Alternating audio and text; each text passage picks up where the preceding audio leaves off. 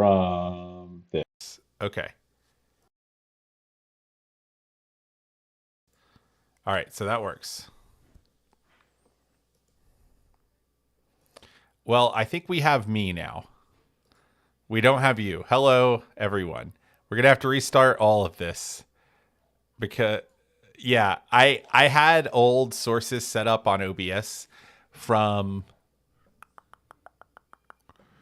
audio desktop audio capture. Give me a second. Audio output capture. Really?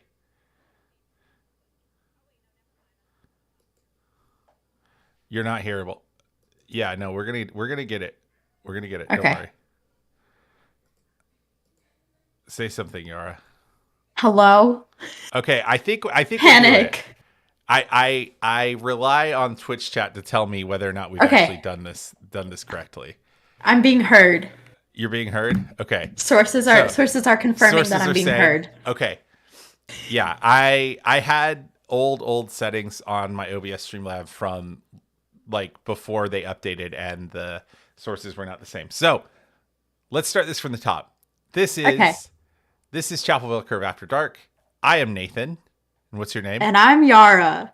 And I am one of the hosts here at Chapel Bell Curve. And Yara is our social media intern. We are middle-aged millennials, and we decided to bring on someone who wasn't weighed down by the sadness of the world and who understood social media in a way that we don't. And so we're going to use CBC After Dark as an opportunity to talk about the game. We're going to talk about probably honestly a bunch of random bullshit. We're going to answer some questions from our Discord audience and from our Twitter audience, and then we are going to for some reason ask me for advice for reasons that are not totally clear. So Yara, you are the boss here. As a straight white guy, I feel like I shouldn't lead anything else more than I have. So I'm going to hand it over to you for the first Okay. annual CBC After Dark. Hit me. Oh God. Okay. Do I need to introduce myself again? Is that a Do thing I it. should do? Yes, let's do it. Okay. Hi, everybody. I'm Yara. I am a student at the University of Georgia. I'm also a Chapel Bell Curve social media intern. I've been listening to the podcast for around a year and a half now, and I'm very excited to be here. Very excited to lead Nathan into the hell that will become Chapel Bell Curve After Dark. So I'm let's happy let's to get be in hell. let's get into it. Should we start with questions? Is that a thing we want to do? We can start wherever you want. So we have some Ask CBC Okay. questions from the Discord. So yes, fire away. Okay, here we go. Christian Ryan asks, suppose it's overtime and we're on offense second after holding our opponents to a field goal. Disappointingly, they take us down to fourth down and we set up for a tying field goal. The long snapper snaps to kick holder Stetson Bennett. How likely is it that we've been storing up a trick play whereby Stetson grabs the ball and reverts to QB mode to try for a touchdown? Or is that so obvious a possibility that we've got to assume that other teams will be preparing for it?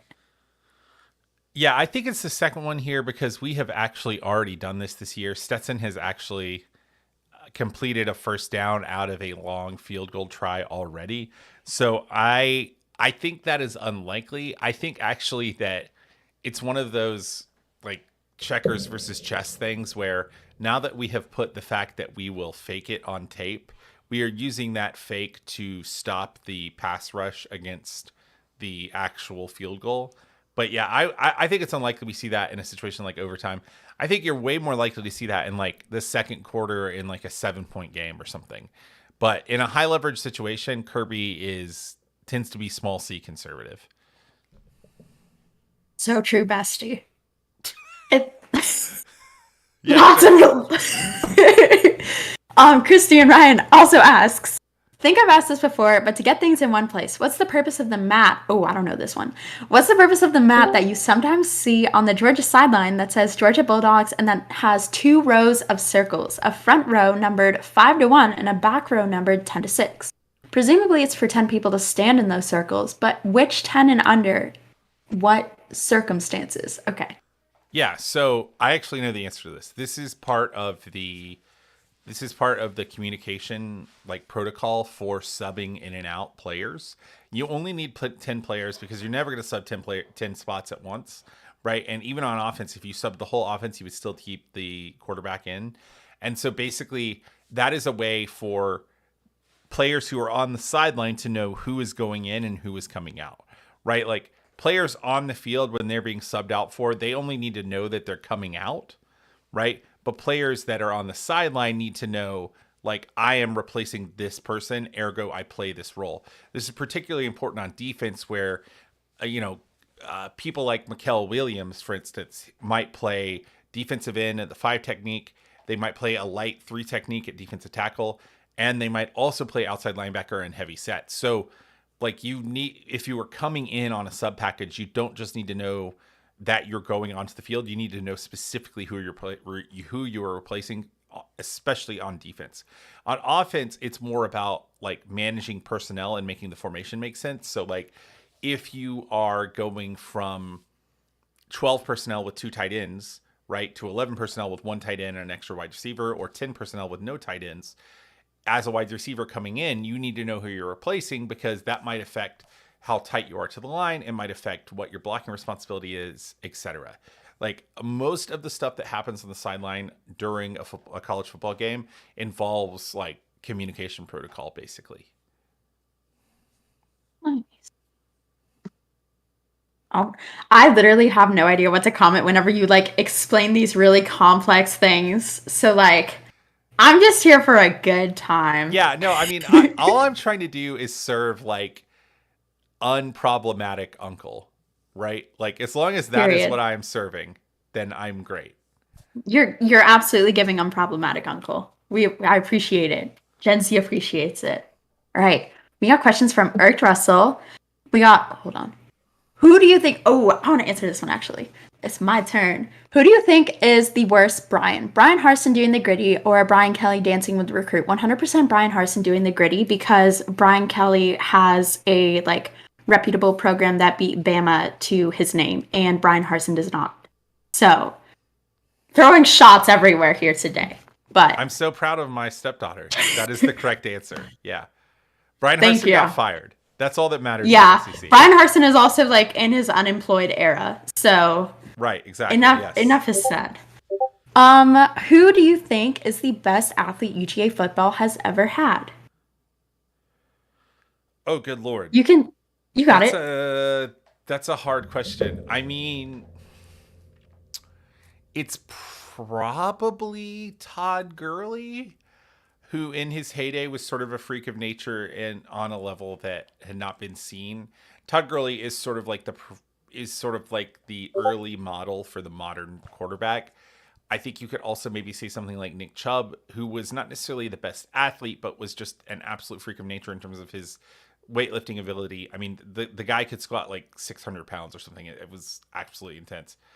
If you want to go for pure athlete, I mean, somebody like Champ Bailey, who's a little bit older, that he was in like the early 2000s era.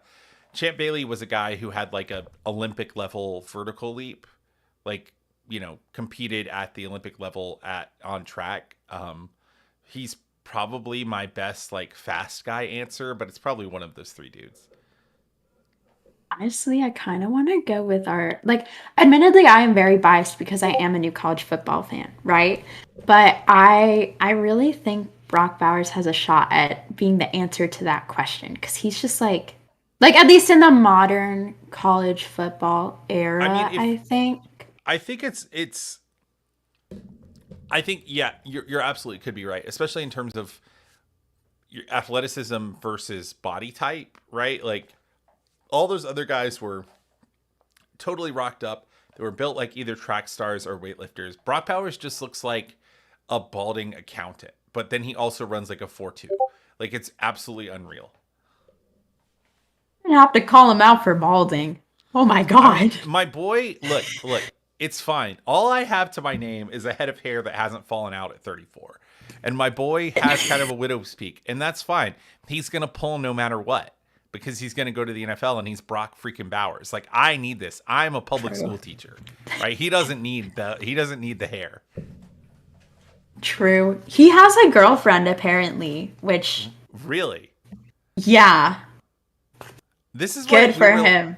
This is what we rely on you for. I have no idea on what any of the social lives of the UGA football players are, and that seems like something that you are way more aware of than me. So I'm happy to have you here for that. Without saying too much, I do know a thing or two. But last question from Earth Wrestle. As the new social media intern, what was the craziest DM you saw once you got the keys? So I have not actually gone through all of the DMs yet because it's scary. There are adults in there. But like there's one from a Harvard professor which is like kind of crazy. Like I don't know how to interact with actual real life professors from like top institutions of the country. I am an undergraduate college student and I don't even have a degree to my name and that person probably has 3. So like a little too much for me over there. But that was the craziest one so far. I haven't gone through anything else. Yeah, there's some stuff. If you scroll back through the DM history, there's some interesting stuff. I would encourage you, Yara, to look at the. We've had some audacity in terms of who we've DM'd and gotten responses from at times in the past. All right, any other Right. questions? We have some from Brody from our Discord. What dumb thing will Mike Leach blame the loss to us on?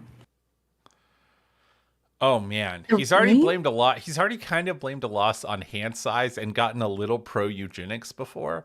So I think it's gonna be something else that's like deeply problematic without being political. Like he might just be like, well, maybe if we didn't have GMOs, my team wouldn't have lost. Like on the precipice of getting canceled on Twitter. Yes. Like I he's think he's definitely walking that line. yeah, he literally might blame this on the fact that his team didn't actually have fully pesticide-free foods. Like he might, or he might blame it on Elon Musk. He might be like, everybody canceled Elon Musk, and now Will Rogers can't throw the ball. I mean, fair enough. Shit. And which player scores the first touchdown of the game? Brock Bowers. Next question. I Not to mean, be like Brock Bowers is a very good guess. I not to be like on the pro Brock Bowers train, but like Mans is unreal, and I may have a little bit of like a not quite a crush, but like, damn, that is a very large man, and Yeah. like So he can throw in the ball. I have a question for like a certified Gen Zer. Oh God, Is Brock Bowers in the like I let him hit it because he's goofy sort of like yes, range? yes, Absolutely. That's where he is. Okay, good. that is where he's at. Because Yes, to me, he kind of looks like a dude who works at like Regions Bank, and there are a lot of people that are attracted to him. yeah, he's very mid, I would say. I have like a very interesting taste in men, and by interesting I mean like bad. All of my friends can confirm it's bad. But like even I acknowledge that he's not quite attractive, but his like talents and Hmm. everything just they make up for it, you know? Well, I mean, Like looks, boom. right, yeah, Like talent, boom. yeah, Average, yeah. I think we're good. talking. What you're talking about is like a competence kink, right? Like I don't know if you're familiar with that term. What? A competence kink. What is a competence kink? So competence kink is the idea that like you are attracted to competence. Like sometimes it's very easy for people to be attracted. Like, why do you think it's like attractive when you watch someone like do really good calligraphy, or you watch someone who's like very good at working with wood, or very good at like machining metal? It's like I think Yes. humans are attracted to other humans who do things well, right? And there is something to Brock Bowers where it's like he doesn't look like he has track star speed, but he does. And he just like casually is more athletic than these dudes who look way more athletic than him. And there is something I think sort of magnetic about that. Yes. Okay. Yeah, that makes a lot of sense. Yes, I do have a competence kink. Yeah. Excellent. First time on like various live platforms, and I am admitting this shit. We're going I crazy. didn't think we were going to get into like the sexual psychology of UGA football so early in the Oh process. god. Oh my god. Okay. Whew. We got questions from Mattzilla. Do the Redcoats, well, I don't know if this is a question. I can answer this, but do the Redcoats use a lighted number board like this to call out songs? And he's included a picture of a well-dressed man holding up a lighted soccer-style substitution board with a red 44 and a green 9 while standing next to Colonel Custard, who may or may not be wielding a candlestick. We do not use that. We hold like as a former Redcoat, and also like Nathan, feel free to jump in case things have changed in the 3 months they that I have haven't. not been a Redcoat. Yeah, no, they Like we haven't. just You're kind still of right. hold up Yeah. hands, Yeah, it's all hand hold up signals. various actions. Yeah. So the picture he showed is from Tennessee's away band at the Tennessee game, and they do have like a soccer substitution style board. I don't know what that's for. Like it could be for showing numbers of songs. And like we have a lot of numbered songs. Like we have 1 through 10, I guess, right? 9, 10. So we have 1 through 10 that are like some of our most commonly played songs, and then everything else is on hands. So like choker is like this, and then the short choker we played is like force choke, and then the like G thing we played is like this right here, and then gladiator is this, and then defense is this, and then I'm trying to think if there are any others. Oh, paint it black is 4, so but it's like paint, right? I never learned that song. I never learned it. Bad Bad Leroy Brown, which is the sax song, is 3. Gloria is 1. So like we don't have that board. I could see the advantage of that. So like in a 300 person band, that's really easy to see. The disadvantage of that is that it takes a while to like dial that up. Right. Yeah. Right. Like, you know, if you get a sack and you have 2 seconds to play the sax song, it's really easy to just be like 3, play it. Or like if we have a fast third down and we need to play choker, we can do short choker, or we can do the G chord, which is what we did against Tennessee, or we can do long choker, you know, so, or we can do like 00 short, 00 big. Like, so there's it's a lot faster, even though maybe it's a little harder to see, I guess, is the trade-off you make. That's true. We do have like drum majors placed everywhere though, so everybody can see, and I think that works. Like even as arguably the shortest member of the sousaphone section for the past 2 years, I could very visibly see most things, and it was nice. It was very useful. Currently getting flamed in the Discord live chat for not knowing Paint It Black. I'm so sorry. It didn't make sense to me. But it's just D's. Ba, ba, ba, ba, ba, ba, ba, ba, yeah, D, D, D, D. It's like D, F, E flat, something like that. Yeah, but then I couldn't remember it when people called it out. We didn't play as much. Stressful. And something we added this year is this, which is fast as hail, which is just it's number 2 but super fast. It's just like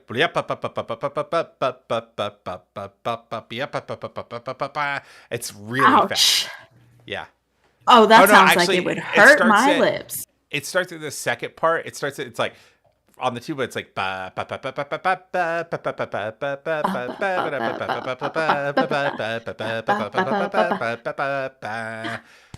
hooray! That's another first down off of the song we've added this year. That's a fun one. Yeah. K-Sarge49 asks, can you... Ooh, I was so excited for this question when I saw it. Gosh.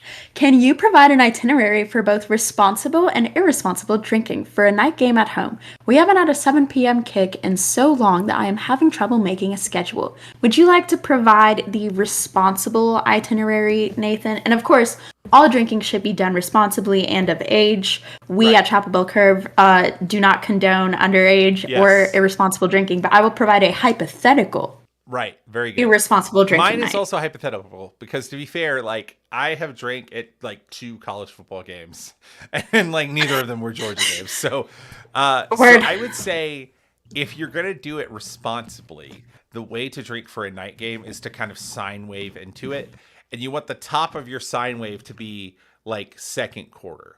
So if it's a 7 o'clock kick, you really want to just be like maintaining like one drink every hour and a half all day until like 5.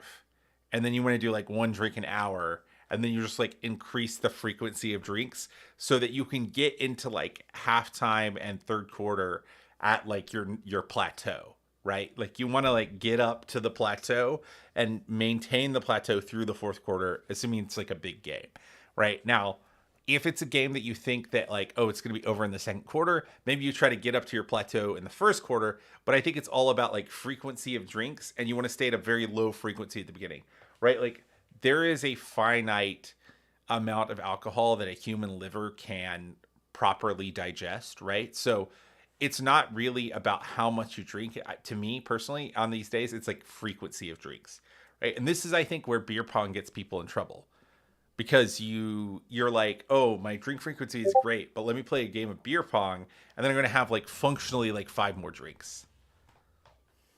How how did you play beer pong? We're gonna momentary pause from the question, because that is not how I, or the overwhelming majority of the hypothetical parties that I've been to, But like, do you guys play engage with in beer water and pong. then just drinking it every time you play it? We don't drink it. That's nasty. Post COVID, this is nobody drinks after anybody else, Yeah. dog. So like, there's like water in the cup, and you throw the ball in the Yes, cup, and then you drink out of your yes, personal drink. Can I no, tell no. There's no drinking involved. what? It's just, it's just pong. What? This is the first time I've ever been upset with the younger generation. Are you serious? Can I tell you the most debauched thing I hypothetically may have done in college? Okay. All right. So there was a hypothetical Sousa party. All right. Yes. And this hypothetical Sousa party got busted by the hypothetical police pretty hypothetically early, right? Damn. And so after all of that, we may have been left with, let's say, 20 gallons of Hunch Punch and like 200 shots of Jello That sounds shots. like the best night ever. So the next day we did Sousa Party Part 2, again, hypothetically. And we played 25 cup Hunch Punch Pong, where each cup had a Jello shot floater. So if you hit a cup, Oh. you had to drink like half a cup of Hunch Punch and take a Jello shot. I threw up a lot. Okay. Yeah, I can imagine. All right, hold on. But let's back up. That was like a stupid story. Don't do that. So like you're playing a game. You are tailgating, right? You have a Yeah. beverage in your hand, right? Yeah. Of some Yeah. hypothetically, you don't because you're underage. But if you did, okay, Yeah. you have a beverage in your hand, and there's water in the cups, and Yeah. someone hits one of your cups, and you were not Yeah. obligated to drink. No. So That's this is just all for the ridiculous. glory. This is for like the like Yeah, the it's for beauty of battle. funsies. I Yeah, I guess it's for funsies. I respect the purity of that, but it's very like if you build it, they will come. It's very like Field of Dreams. I mean, like, okay, it's a lot of fun. Like, okay, I'm also going to say this is only the hypothetical parties that I have been to. It could be Right. very different for, say, somebody who is in Greek life, which I am not in any Right. Well, capacity. I Like, think that's good. I think it's positive that the hypothetical parties that you may have been to are hypothetically treating binge drinking like a bad thing and just playing for a oh, long no. game. Oh, they're not. It's we just don't put the alcohol in the cups. Dude, let me. Well, no, but that's what I'm saying is there's no. But see, okay. In the past, when I have played it like that, there's no Yeah. alcohol in the cups. There's water in the cups, right? Yeah. But if Yeah. someone hits your cup and you were holding a Uh-huh. separate drink, you were still obligated to drink. Oh, no. What? You just do it for fun. Like, you're already Right, if yeah. if somebody who is of age decides to engage in a game of pong, Right. you're not Purely obligated to hypothetically. drink. Yes. It's just for funsies, you know? Oh Like no, that is the a drink very is the drink is that elsewhere. that is a healthy approach to alcohol, and I respect anyone who did it like that because you know The SEC and American colleges in general have had maybe a very unhealthy approach to alcohol in the past. And so I want to hold that up as like the gold standard. You play for the fun of the game. You play because crushing your enemies psychologically is just as important as, making them drink. Yeah, one time I kicked my ex's ass in Pong, and it was like the best night of my life. And Right. I don't Yeah. Yeah. remember a lot after that event, but it was No, but fun. his psychological distress was what actually mattered. Yeah, Oh absolutely. yeah. Oh yeah. Why do you Absolutely. think he's still in my text messages like 3 months Oh, after post breakup? because It's all you know why psychological. though? He has a competence kink too, because he saw you hit all those pawn cups. And, yes, Yeah. you're so right. This has been such an wow. I did not think of it like that. But see, like Oh my it's god. a misuse of the word kink because we don't mean kink in the way that we might traditionally mean it. We mean it in just sort of like at least when I use that term, I mean it in like I think it is a universal human condition that we gravitate, even if not sexually, like we gravitate towards people's confidence. Like what competence? Like why do we like to watch good musicians play music? It's because they're good at it, right? And Yeah. when there is an element of romance or sexual attraction added to that, it is like fuel for the fire. Yes. Irk Dressel also wants to know from our live Discord audience, which you could also join for as little as $1 a month, patreon.com/chapelbellcurve. She's so Does good Gen at it. Z This is my stepdaughter. She's so good at this. does Gen Z play any drinking games where you have to drink? Well, I personally have never played any drinking games. As somebody who is not yet of age, I can confirm that my friends and several of my peers who are of age do engage in drinking games. Like, what do we do?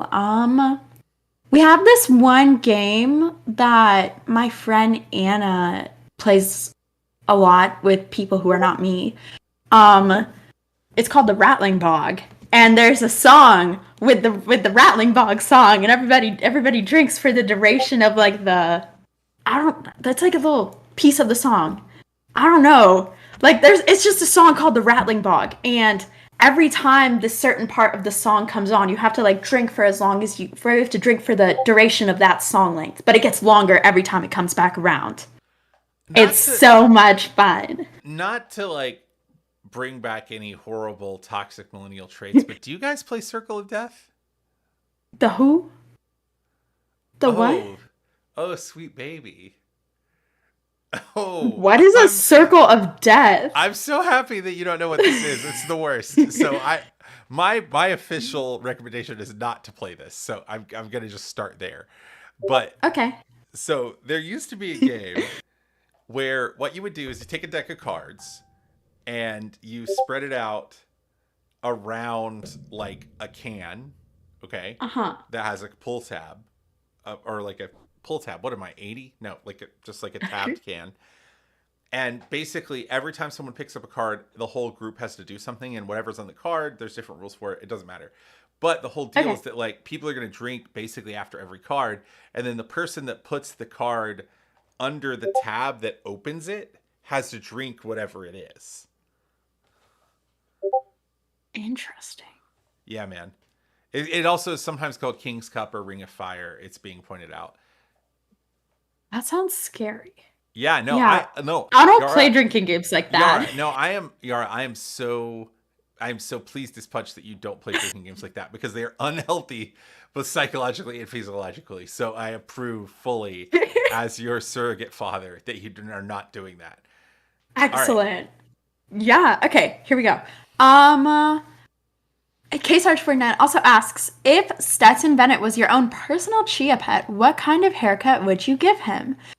Oh, I would this is do. a I He seems to have very straight hair, so I would have him grow his hair out longer on top and give him like a 0 to 1 fade. He has a skin fade right now, and I think that's like a little too thin for his face shape. I would give him like a little bit longer, and then I would have him kind of like pull that across so he could be like very like Republican on the top, but like a little like seasoning culturally on the bottom.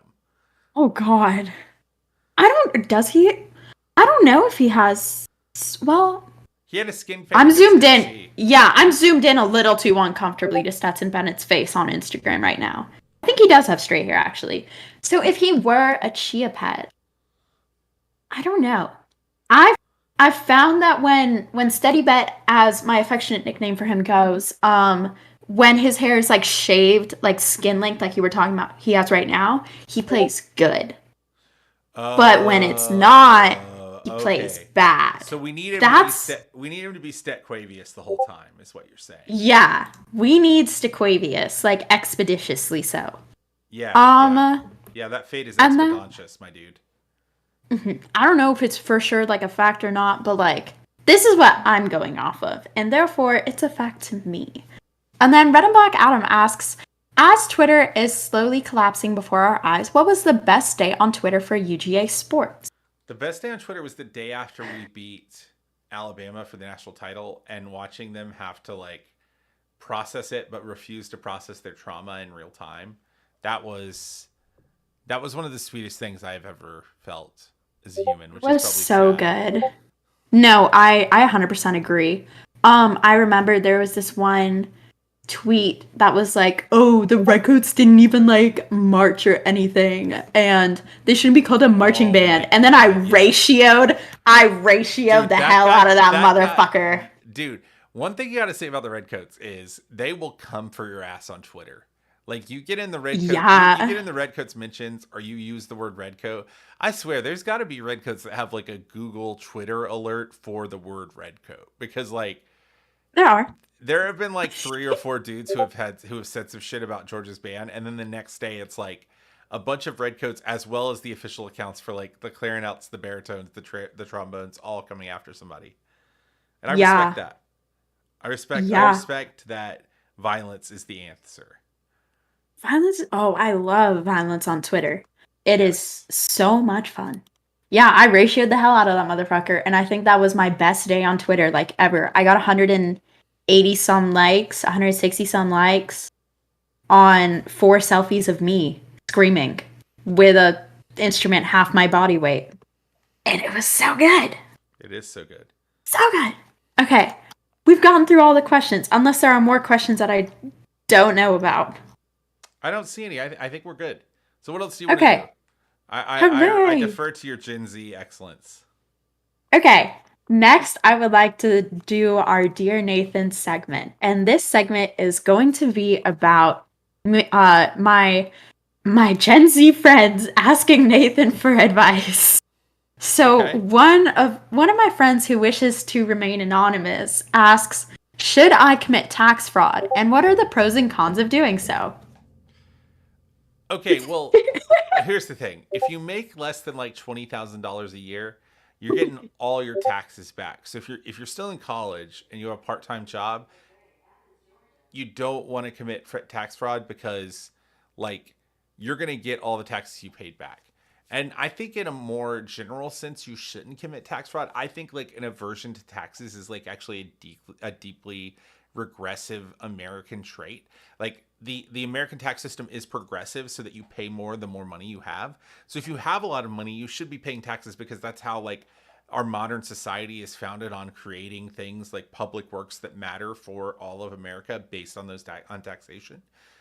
Now, like if you are given an undue tax bill and you're poor and non-white, yeah, sure, like fuck the machine or whatever. But like that's not actually how taxes work in America, right? Like if you are Yara's age and you are making like $30,000 a year on taxes, just file your taxes correctly and you'll get all the money you paid into taxes back, right? Like, and even once you make enough that it matters that you actually have to pay taxes, you can up your withholding. And I know that like financial advisors will tell you that you're just like lending your money to the government and like whatever, man. Like I am a person who believes that there is value in the government acting as a collective vehicle for public will, right? And that when the government makes something that improves the lives of all of us, that it is not wasteful. I think that because of a lot of the baggage of like Gen Xers and boomers and the way that like the post Reagan political era worked, that the way that America thinks about taxes is inherently flawed. So no, don't commit tax fraud because it's not worth it. A and B, if you have enough money that you need to commit tax fraud, you're kind of an asshole if you commit tax fraud, because like Period. you cannot build success in America without the use of American infrastructure, of American public works. It's just impossible. And so like you owe ethically back to this like sort of grand civil experiment that we're doing, like your time and resources. So that's the answer. But Okay. also, if you actually ask this Slay. question and you are Gen Z Yara's friend, yes, you should do your taxes because you're going to get like a bunch of money that you can like spend on something stupid. Yes. This friend in particular is big on hockey, like me. So Yeah, it you can would buy a definitely be on sweater. like Buy a new sweater. jerseys. Yeah. Yeah, absolutely. New I bought jerseys. I bought a Sudbury Blueberry Bulldogs jersey from Shorzy. Yes. Slay. I love this for you. Was this with your tax refund money or just in general? Like I mean, I have flex? a job, so I just used my job money Oh. for that. Oh shit. I forgot about that part. I actually have to I've up because I have like I have a side gig that involves being paid as a contractor with Redcoats. I actually have to up my real job's withholdings. I up it quite a bit so that those taxes are already taken out of my paycheck. Ah, interesting. I don't, is an upholding how much money they take from you? What is Yeah, an so upholding? withholding. So Oh, and a withholding. withholding. So when you get a real job, you will fill out several tax forms, one of which where you choose how much you withhold. So Okay. basically, your if you have a salaried position, they will, before they pay you, pull out taxes to sort of send to the government, right? And so your actual Um, tax bill, if you don't have a bunch of investments, this is very simplified. And if you just have a job, so just like forget about investments or retirement accounts or like student loans and all that. So if you just have a job, your tax bill comes from like what you did not withhold previously from your um from your actual salary, right? So there are like preset withholdings. So like if you are registering single, if you're registering jointly with, or if you're filing taxes jointly with your spouse, or if you're filing with dependents, you can basically register for different levels of withholding, right? So if you have a dependent, that actually cuts back how many taxes you own because you get tax credits for children, blah, blah, blah, right? So I up my withholding so they take more out of my salary because I know on the money that I'm paid by Redcoats, they don't take taxes out at all. So I like to okay. just like pre-tax myself out of my salary so I don't have to pay that back at tax time. I know that there is a Um, financial logic, like a financial advisor would tell you, you pay as little as you can and then you pay the rest into like you actually pay your taxes at tax time, because if you don't, like any extra withholding is just like money that you're lending the government. And that's probably true, but like I don't have enough money that matters, right? Uh, yeah, so that's how it works. So like when you get your real job, well, real job, that's spurious. Any work that you do for pay is a real job. Do not let anyone take your unearned pay from you. But yeah. when you get a salaried job, they will ask you to fill out some tax documents which will include how you are filing taxes. And when you put single, that is setting your withholding level. Huh. I see. And as Cap Falcon is pointing out, there's actually a tax penalty on withholding too little. Really? Yes. Whoa. Although like so what financial advisors would tell you not to do is withhold too much. I withhold extra for me because I know I'm going to have a tax bill due. And this is not even like including stuff like so student loan interest, right? Like you get a tax credit for every up to like $2,000 for every dollar you pay in student loan interest on the year. I get a tax credit for like $250 of like if I buy classroom supplies with my own money. And when you get a Hmm. tax credit, what that is actually just doing is taking money away from what you owe to the government for taxes. Uh-huh. Someone has Okay. suggested that maybe I have taught personal finance concepts to my high school students, and the answer is yes, I have. And now I'm learning. This is so much fun.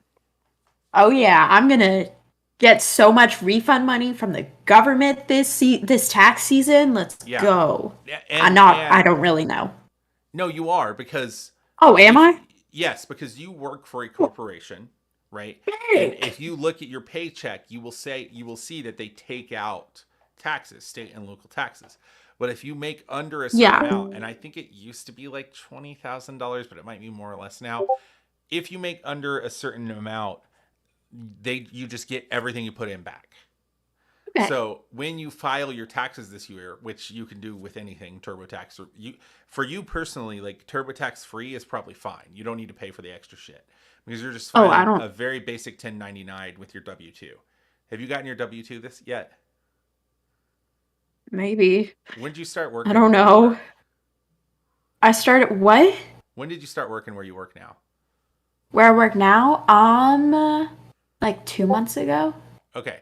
So in like January, you'll get a W-2. It's like a folded over, like pasted together thing. It's like a, Yeah. it's really old school. It just has all your taxable information. You'll take, and it says like how much you were paid, how much they took out for taxes for state and federal. You take that to a tax preparer. You can do TurboTax or whatever, any tax preparation software. The free version for you personally will be fine. You fill all Okay. this stuff from your W 2, and if you have a 1099, you fill all that in. And basically, because you are not making enough money, right, because you have a part time job, you will basically get functionally all of the money you paid into taxes back. Yeah. Oh, So I'm going to buy many hockey jerseys with this money. Oh, banger. yeah. And Okay. also, something to remember about taxes while we're on the subject is like April 14th is just the tax deadline. You can file your taxes as soon as you get your W 2 and you'll still get a refund. Oh, banger. Okay. I'm about to not commit tax fraud because that's bad, but do my taxes right and correct and get some money. Thank you Yes. so much. You don't start losing that money and having to pay it until you actually make real money. But right now, tax Okay. day should be good for you. Okay, this is my last year of taxation being good for me. So this is gonna work. I feel confident about I my mean, taxes. honestly, Yeah. even with an entry level job, you should be fine. Like as long as your first Okay. position isn't making like $100,000 a year, your tax bill is not going to be crazy. I'm a liberal arts major. Absolutely not. Yeah, so you'll be Like, fine. Yeah.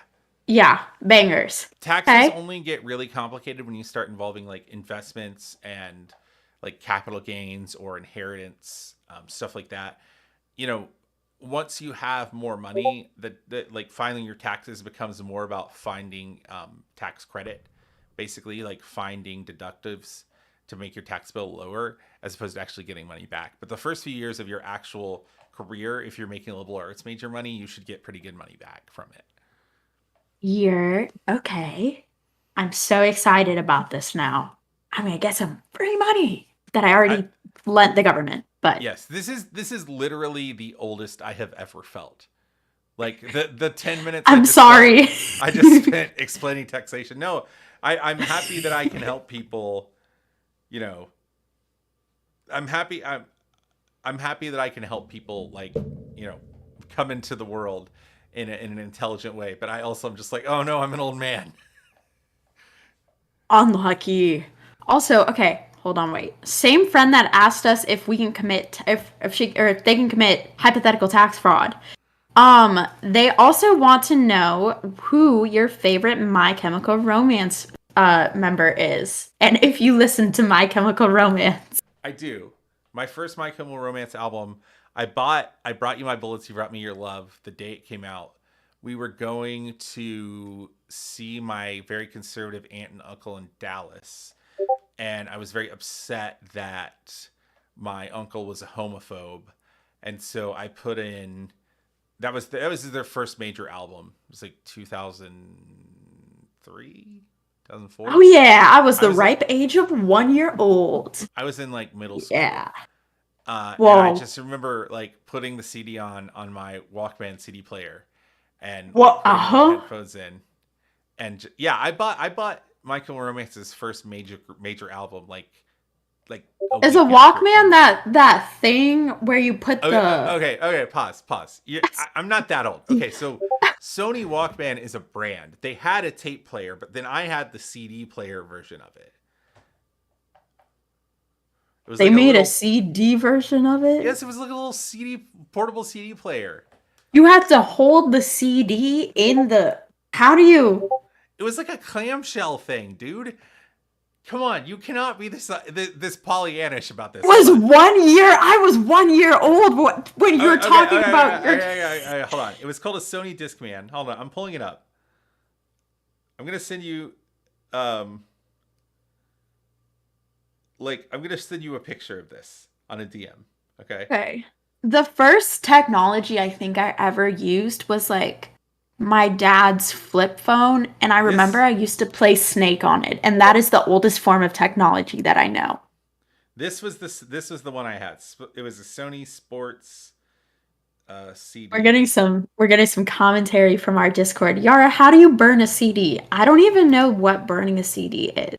So I don't Jesus know. Christ, Yara. Hold on. I'm going to send you an eBay link to like the exact model of CD player I had so that you have to deal with this. This is what I was listening to. What? Here, Okay. I'm putting this is an eBay link that I'm putting on the live CD or on the live Okay. recording chat. Whoa. Whoa, there are so many buttons on that bitch. What the fuck? How many buttons on your Whoa. phone, dumbass? They're just digital and not physical. They're real physical buttons. Yeah, That's dude. scary. What does WB mean? What is TV? Is TV like television? What? Where do you see TV? Okay. TV on the picture. Oh, mine didn't have that. Mine just had FM AM. Maybe you could like tune in to like a TV like antenna. I don't know. That's weird. Oh, it's also a radio. But it had like skip protection Whoa. because when you had a Discman, the problem with it was that if you jiggled it at all, it would skip like crazy. But this thing had skip protection, and so that was awesome. So when I was angry, I was Nice. listening to My Chemical Romance. You know, I would feel better about it. Yeah. I could like really thrash my head. Whoa. Wait, okay.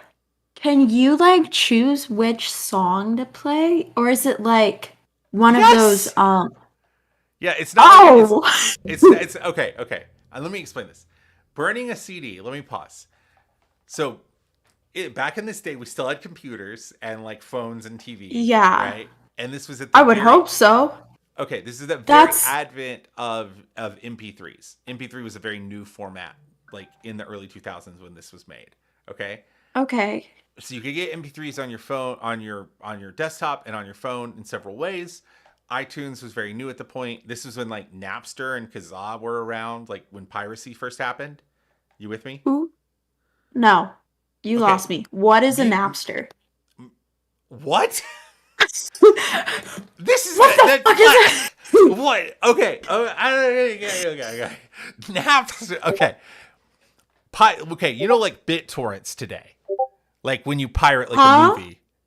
Oh, this Yeah, still like exists today. Like you want to you want to steal a movie, and you go and get a torrent file. From yeah. it. Okay. Way Yeah, like before. 1, 2, 3 movies. Yes. Okay. You're with me. You Okay. understand media piracy. The very Yes. early That is the thing version I of know. this. Okay. Okay. The first version of media piracy was this client called Napster, and it was one of the first peer-to-peer clients. And so basically, anybody could take a CD, pull the MP3s off the CD, put them on their computer, and then just put it on Napster, and you could just download whatever you wanted. It was the wild fucking west out there. Like Oh. this is before the MPA got wise to how people were, or the and the record companies didn't know what was going on. You just download all sorts of shit. All right. Oh. So either by pulling, CD, you know what a CD is? Like it's like a DVD, but Yes. less data. All right, yeah, you with me? It's like a Blu-ray, but very early version. So you would take the CD that you bought and you would rip it onto your computer, right? And so you just pull all the Wait. MP3s. Brief pause. Sorry to interrupt. Are a CD and a DVD not the same thing? No, they're not. Okay, so this is Okay. format based. So a CD could hold like megabytes worth of data. Okay. Okay. A DVD could hold like a couple of gigs, and then a Blu-ray can hold like 30 gigs. You with me? So it's like it's the same form Ah. factor, it's the same shape, but the compression and the technology behind it. So a CD could hold like an album's worth of data. You with me? Okay. Okay. I'm So back with you. I'm back with you. okay. So you would either legally or illegally, you would take all the CDs you had, you put them on your computer, you'd pull the MP3s off of it, and you suddenly had like a physical MP3 library, right? This is so before iTunes was all just streamed, right? A lot of iTunes was just like you would put a CD in your computer, rip all the shit off the CD, and suddenly you can put it on your iPod. That's how most people fill their iPods up initially. Okay. Okay. So when you burnt Okay. a CD, you would make like a mix CD for yourself or someone else. And then you would put like, you would make a playlist for someone else and you would put a blank CD in your CD player and then like write the CD, the tracks to it. That's what burning a CD is. That what a mixtape is?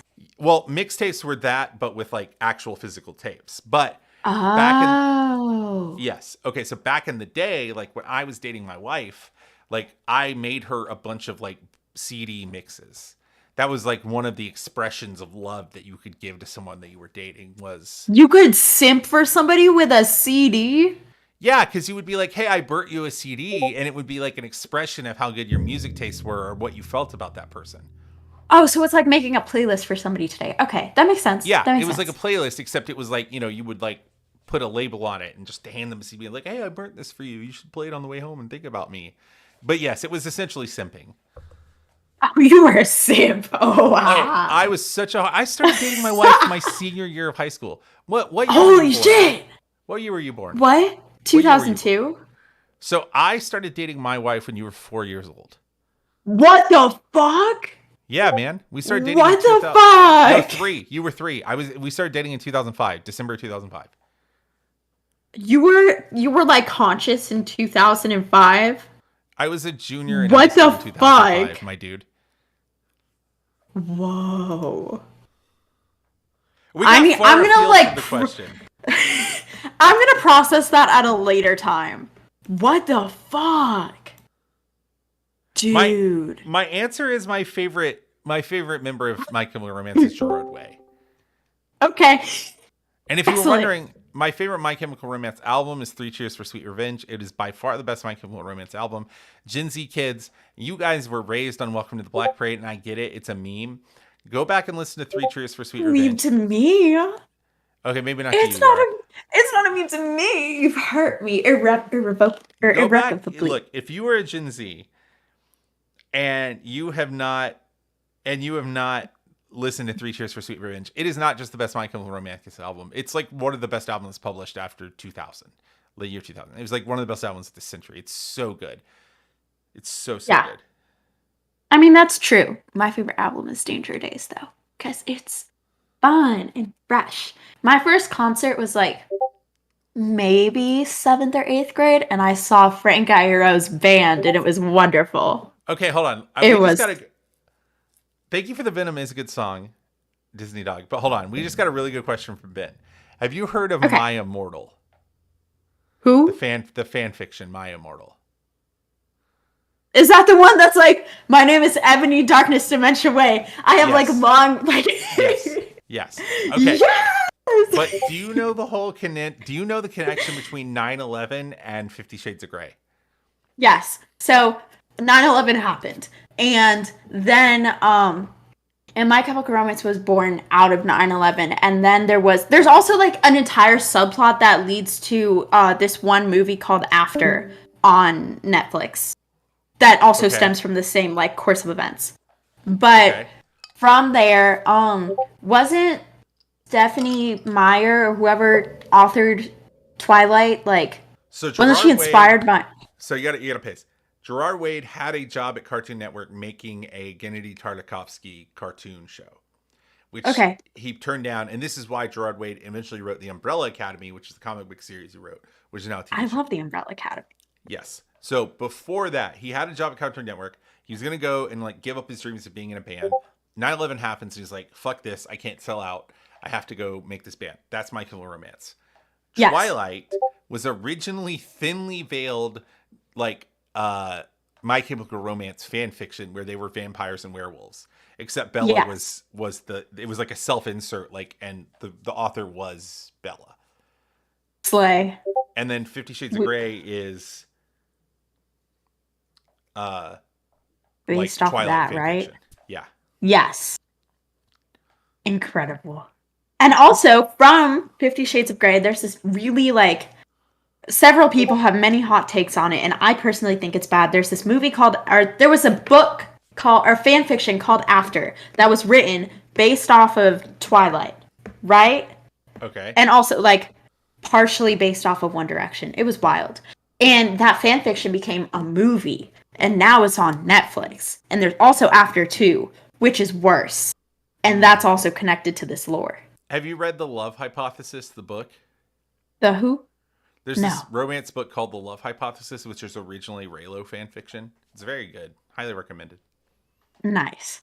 I'm flamed for this take all of the time, but like, I think Raylo is actually not awful. Like, Yeah, it's not. dare I say, it's good. I am a Yeah. Raylo supporter. Yes, listen. And Here's the thing about Raylo.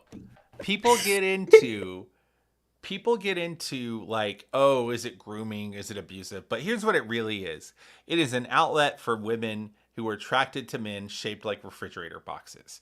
And as someone shaped like a refrigerator box, I appreciate that. That like we have started, like I stand my tall, wide kings. You know what I mean? And I appreciate that that Adam Driver is out there being a sex symbol for all of us weirdly shaped men. You know what I mean? Raylo. John Oliver has several good takes on Adam Driver, and I urge you to listen to them all of the like expeditiously. Please just listen to like very good. Where he's asking to be stomped on. Yes. Yes. Okay. Now here's another one. Okay. Bro. Okay. So for me personally, my like fan fiction like gateway drug was I read Raylo because my wife liked it, and then I got into Hermione, which that's where there's like old evil, which is Draco Malfoy, Hermione Granger, Harry Potter fan fiction. Who those people are in theory? Because they're like internet. I haven't read Harry Potter. I don't fucking know. I mean, like, J.K. Rowling is horrible. I get it, but like, come on, cultural literacy, my dude. Read it. I looked at the books when I was like Have you watched the movies? No. That's fair. I entirely skipped over my supposed Harry Potter phase when I was a kid, like where that was supposed to be. And I went to reading various other books. I was like a book nerd. I was insane. I went feral for books. Were you into like fantasy and science fiction and stuff? Yes, I read the entirety of the Twilight Saga in like 48 hours when I was maybe 9. I was like feral. Shit was insane. What else were you into? I was into Warrior Cats. I was so into Warrior Cats. Okay, did you do the Percy Jackson thing? Yes, I did do the Percy Jackson thing. Hell yeah. Yes. I felt seen. Have you ever read any like modern science fiction and fantasy? Define modern. Like adult science fiction that's not YA? No. Oh, baby. We're gonna have to talk offline. Oh, no. I'm gonna. ACOTAR, A Court of Thorns and Roses is like very horny, very good fantasy. That's oh god. suggested. Okay. It's incredibly horny. Okay. If you have like an unprocessed praise kink, or like a touch subby, highly recommended. None of those words are in the Bible. Yeah, my brother in Christ. Don't look this up if you're a New Testament reader. I highly recommend Wheel of Time. Wheel of Time is pretty straight up like Lord of the Rings. Like it's not a riff on Lord of the Rings, but it was like kind of the heir appearance of Lord of the Rings, and it's like a very straight up fantasy series. And then like 4 books in, it gets into polygamy and some weird shit happens. Very good. It's a little slow though. I'm trying to think. I read a lot of like. What do I read a lot about? A lot of like historical historical fiction, historical nonfiction. Okay, adjacent. Like First They Killed My Father was really good. The Kite Runner is like probably one of my favorite books of all time. Very good. Have you read the other one that he wrote? Khalid Hosseini wrote. Yes, it's on the tip of my tongue. The one with the I'll give you the sun or something like that? No, Yeah. maybe. A Maybe. Thousand Splendid Suns. Yes, it is. Yeah, there it is. Have you read Good Lord Bird? No. It's about this fictional enslaved person and their life with John Brown, who is a real person. Do you know who John Interesting. Brown is? No. Okay, get ready. Wow, we are Oh like God. this is nominally a college football podcast. Okay, I'm so happy that you don't know so many things. I'm so excited when I get to tell people about things that I think are cool. So John Hey. Brown was this guy. He was an anti-slavery guy in pre-Civil War Okay. America in like Kansas and Missouri. But unlike a lot of abolitionists at the time, John Brown was like, the way we deal with slavery is we kill these motherfuckers. We go and find the slavers and we kill them. So he and his sons and his giant family like recruited like a militia, and they would just like, get Kansas and Missouri touch, and Kansas was a non-slave state and Missouri was a slave state, and they had this like sort of this thing called the border war before the Civil War, where like John Brown and his militia would like go down into Missouri and just kill a bunch of people, free a bunch of enslaved people. Like, I mean, it was buck wild. John Brown was apparently like fucking certifiable. He thought that like he couldn't be killed until God desired him to be killed. So like when they were shooting at each other, he would just like walk through the battlefield like guns akimbo, yelling out like quotes from the Bible, just absolute mad lad. The original mad lad. He eventually gets captured because he does what's called the Harper Ferries raid, where he goes to where there's a bunch of slave owners. He kills a bunch of people. Some of them he kills with an actual fucking sword. This is after we had guns, by the way. So he I eventually gets mean, captured by the then Union Army, and he gets hanged. And this is actually coming to something that you know about, which he gets hanged. The guy presiding over his trial, or one of the guys who was responsible for hanging him, was Robert E. Lee. That doesn't matter. So then that spawns John Brown's Body, which is a song. John Brown's Body lying dead upon the floor. Blah, blah, blah. That tune gets turned into Battle Hymn of the Republic, which was written originally as a secret anti-slavery hymn. It was written in secret by abolitionists and then whoa. like spread around. Yeah. So Good Lord Bird it's like they take John Brown's real life and they put this like, he freed a bunch of enslaved people and some of them fought with him and some of them just left. But they have this like enslaved child who's like following him around as he goes on these like insane adventures. Like he was crazy, dude. Like in the best way. There were a lot of abolitionists. There were a lot of white abolitionists in pre-Civil War America who were kind of like, slavery is illegal, but I'm still racist or whatever. Slavery shouldn't happen, but I don't like black people. John Brown was like, black people are the same as white people. The only way to fix this problem is to kill everyone until kill people until they think slavery shouldn't exist. I mean, period? Yeah, Question? highly recommended. That's wild. Whoa. Okay, I'm reading. This has been added to my mental like I things feel like to read. I feel like we've covered so much stuff. Do we have anything else on the actual list to cover? Um. I was going to ask you about things to explain to me as a relatively new college football fan. I'm ready. Hit me. Okay. So a lot of people talk about like, oh, you weren't there in 2015. You weren't there in 2018. Like, yeah, I was not there in 2015. I was like in middle school in Chicago, and I did not know that college football was a thing. So I would like to know now, what are the top 5 most memorable or most like there things I need to know or games I need to know about in terms of UGA football? I'm so ready. So I only started watching UGA football games in 2006, so I can really only give you post 2006 and on. Man, I was like that's so fine. I was like 4 years old, so I still don't know any of it. Oh, God, I'm disintegrating into dust. Okay, so I mean, obviously, I'm going to skip the national championship season because we were all there for that. And obviously, Yes. the question is, what's the most memorable game in our lifetime? The answer is the national championship, right? So Okay, so for me, one of them has got to be the 2007 Auburn game. It was two highly ranked teams. This was sort of in one of the high points for the Mark Richt era, who was the coach we had before Kirby Smart.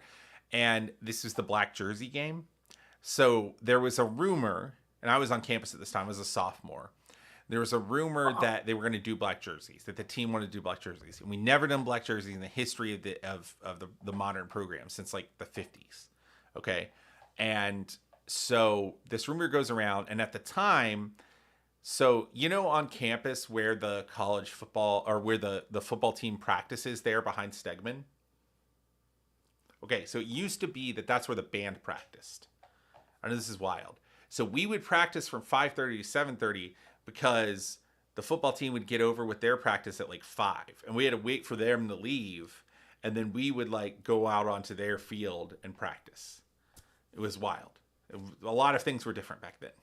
So this is the week of the game, and it's a Thursday, and so the Sousaphones have to get there early, and we would just like be screwing around. Like like if you imagine Stegman, there's that like corner where there's like people always like tailgate, and it's like there's the big Olympics monument, and then there's that corner where like there's like the football practice facility, and then Stegman, and there's that little corner that's just like open space kind of thing. You know what I'm talking about? So we would park the truck there, like up on the curb, unpack everything, and we would just screw around. So we were just sitting there, and this is the Thursday before the game. We already know that there's a rumor that black jerseys are going to happen. And keep in mind, this isn't like the infancy of social media. So a lot of this was word of mouth, right? Like, oh, black jerseys are going to happen. Everybody's hyped about it because it's like it's never been done before. And we see this guy, and he walks up to one of the Sousaphones, and my friend Josh knows him, and he's one of my friend Josh's friends, and they're like in a frat together or something. So they're chatting, and he's like, "Hey, watch this happen." So this dude, he's just wearing like normal clothes. He puts on an Auburn hat, and he gets like a camcorder out. And I swear to you, Yara, this shit happened. He gets a camcorder out, and he goes up to the wall between the street and the practice field, and he climbs up the tree, and he has the camcorder pointed at practice, right? Okay? And we're like, what the hell is happening? So like 2 minutes later, a cop car pulls around the corner, lights blazing, and comes down behind him. And then like very loudly, he's like, "Get out of the tree, sir." The whole team stops football practice, and they're yelling, and they run up to the wall, and he's up at the tree, and they're yelling at him, and he gets down, and then the cops put him in handcuffs, and they pull away, and the whole team goes fucking crazy. Ape shit. Right? Absolutely crazy. So we're just like, what in the hell is happening? I thought you knew this guy, Josh. And he was like, yeah, I know. He goes to UGA. What is happening? So, like, the football team goes crazy. The coach Rick pulls them in, and they talk, and they're like yelling, and then they go back into the football practice facility, right? And so the field's open, and then like 2 minutes later, the cop car pulls back around. The guy gets out of the car. The cop uncuffs him, and they high five. And then he comes back, and he's like, "Hey, that was crazy, right?" And then he just walks off. Because what had happened is Richt wanted to like hype up the team, so he got some random frat guy that one of the staff knew to pretend to be like an Auburn spy and have him arrested. So that was the Thursday. So the Friday, like everybody says like fever pitch. I was like, "Are we gonna wear the black jerseys?" And there were like pictures of the black jerseys like circulating around on Facebook, and like this is very early days of like Reddit and Twitter and stuff. And like they're all circulating around. It's like, oh, they exist. They're there. And so Saturday comes, and it's like a 3:30 game. Gary Danielson's there. It's like the whole CBS thing, right? And they come out to warm-ups, like before the band goes out for pregame. They come out in red jerseys, and everyone's like, oh, that's a fucking bummer. Damn, dude. And so like we go down onto halftime or pregame. We play the whole pregame show. We get down into the tunnel, right? And we're standing there, and these motherfuckers, they put on red jerseys, and then they went back up under the stadium into the thing, took their red jerseys off, and they came out in black jerseys. And like the whole stadium goes absolutely fucking crazy, Yara. Like one of the few times in my sousaphone playing career that I could not hear myself play. Like it was so loud that like, when you buzz on a sousaphone and you can hear it in your inner ear, and that's how you know what pitch you're playing. I had no idea what sound was coming out of my mouth.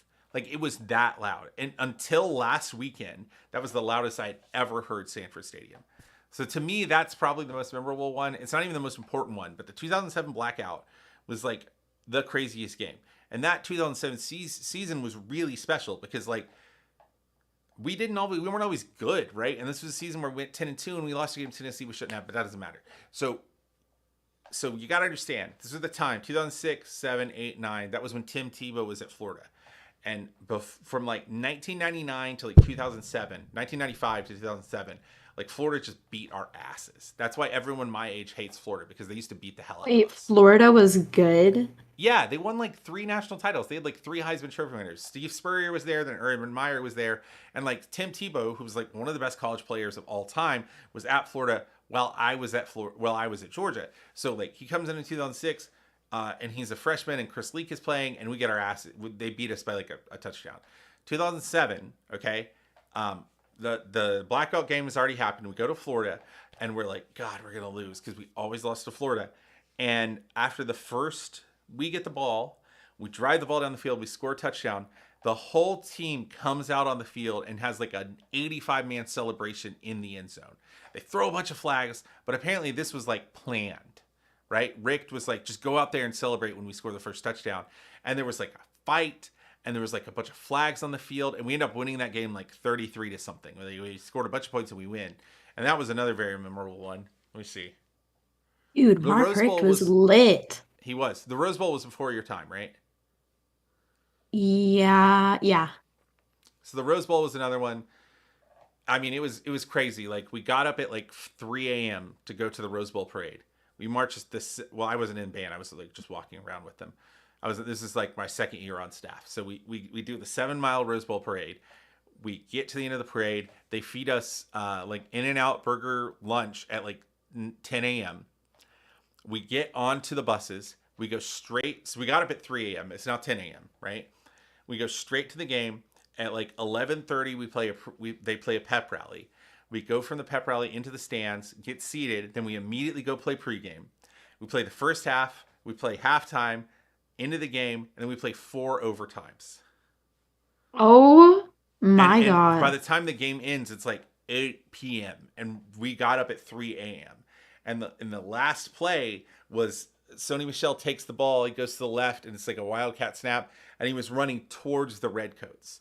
So like, there's a very famous shot of like, which I am in, by the way, where you could see Sony Yeah. Michel running towards the Redcoats, and I'm like, ah, we're going to, and that was insane because like we found out we were going to the Rose Bowl like 6 weeks earlier, and we had to teach the band to be in the Rose Bowl parade, and most people in the Rose Bowl parade have like 18 months. It was absolutely insane.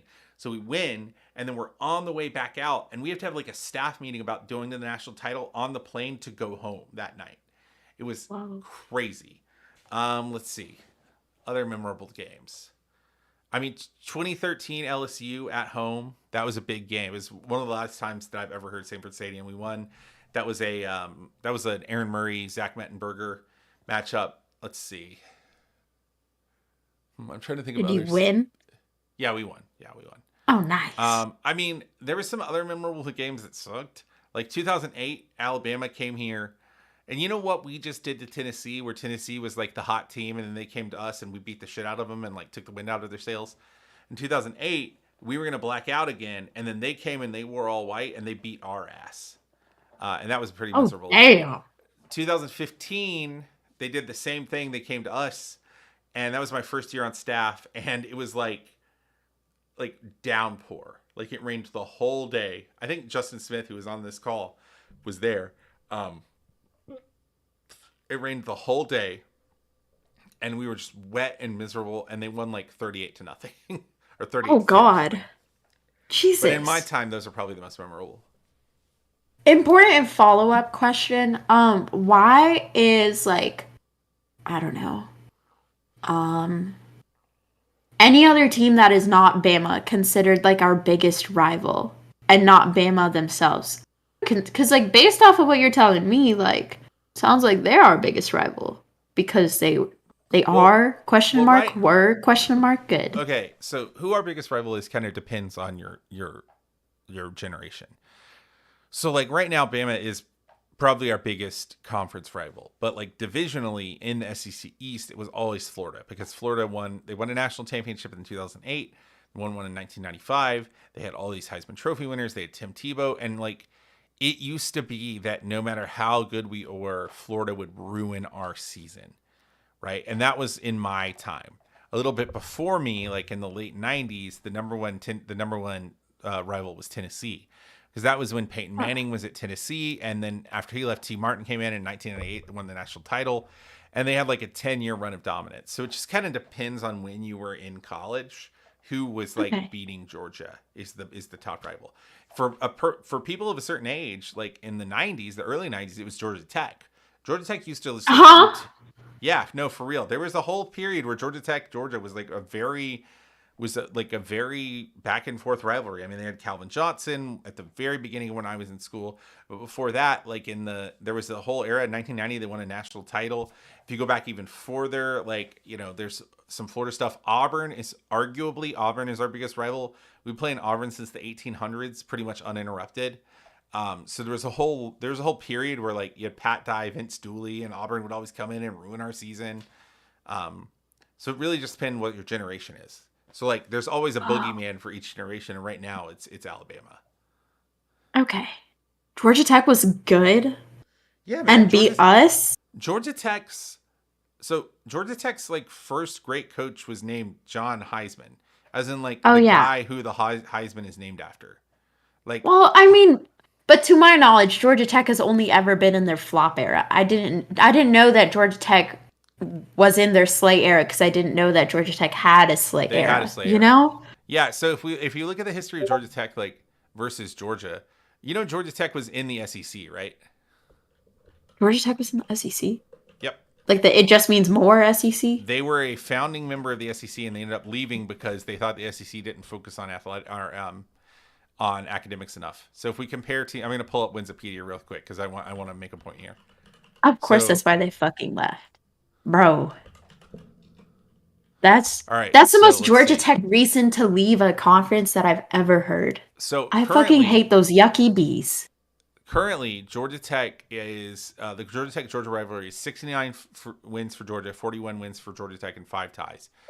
And in the modern era, so like post 1980, Georgia has dominated this rivalry. So since like let's see, in 1978, from 1978 to now, Georgia Tech has won 1, 2, 3, 4, 5, 6, 7, 8, 9 times since 1978.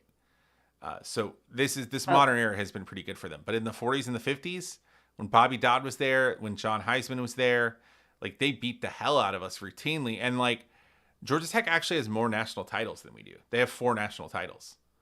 They have more so conference we need championships to than we do. win. We need to win this national title to That would be tie good. with them. Let's see. They ironically, even though John Heisman was a coach at Georgia Tech, they don't have any Heismans, which I think is infinitely hilarious. But yeah, it used to be Georgia Tech. That's crazy. Yeah, man. That's crazy. I mean, there was a period in the 70s where it was like back and forth. Like 1974, they won. 75 to 76, we won. 77, they won. And then we had a four game run, and then they had a 2 game run, and then we had a 3 game run, and then they had a 2 game run. And it's back and forth and back and forth and back and forth. So right now we're in our slay era against them, We are but it in hasn't always been like that. yes, and That's that is so something I think crazy.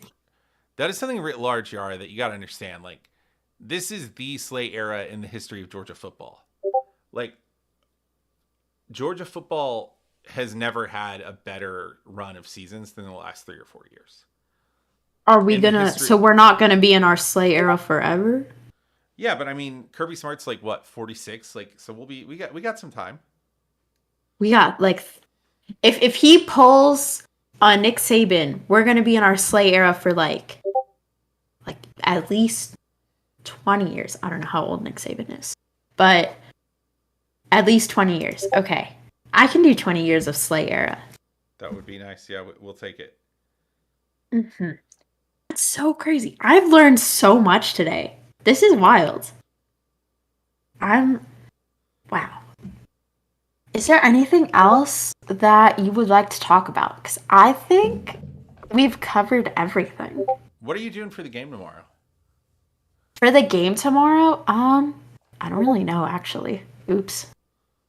Well, you got to watch it. Uh, well, yeah, that. But like, I don't know what else I'm gonna do. Like, if I'm watching it with anybody or what I'm doing after the game, I don't know. I kind of just figure that stuff out an hour or two before the game. I respect that. I'm doing nothing. Thank you. This is one of two Excellent. weeks. This is 1 or 2 weeks that I have off, and I'm gonna just sit around and do Slay. absolutely nothing. Hell yeah. Well, hey, listen. We just recorded. We just did an hour and a half long live stream, and I'm proud of That us. was so long. Yeah, Wow, man. that didn't even feel like anything. No, That I'm felt proud. like us talking. It was. It was great. So we're gonna keep doing this. This is CBC After Dark. Hopefully soon we'll have some more guests. We might try to get Justin on. We might try to get on some other special guests. Yara is going to be back. Yara actually might appear on the spoken original CBC Home episode that we will record on someday. If you're on the Patreon, you can hear us live on Sunday morning. If you're not on the Patreon, you can go to, as Yara very nicely plugged, patreon.com/Shop of Bell Curve. As little as $1 a month gets you access to the Discord, and you can listen to this live.